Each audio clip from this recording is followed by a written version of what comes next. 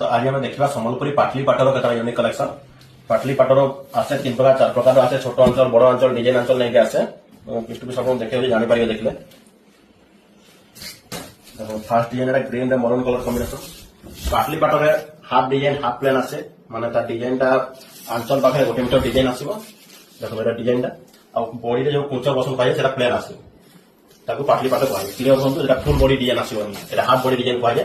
यार हम बड़ अंचल आसीबो, बड़ अंचल जोटा आसीबो सेटा आपन मात्र 4500 टका पड़िबो। आ तार छोट अंचल वाला भी गोटे आसे, एटा अछि ना देखि रहंतु।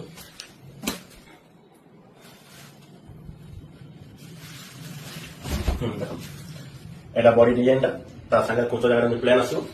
आ यार भी अंचल टा नॉर्मल अंचल आसीबो। एमि नॉर्मल अंचल आसले 4300 पड़िबो, आ एमि बड़ अंचल आसले 4500 पड़िबो। सेटा जानि के ऑर्डर करिवे।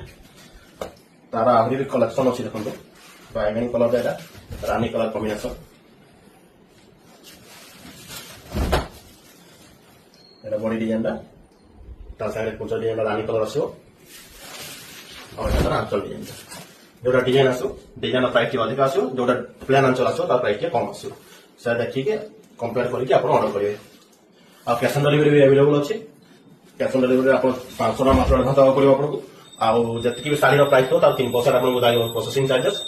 और कैश ऑन डिलीवरी आप मगे पारिबे। ए लास्ट डिजाइन रांचल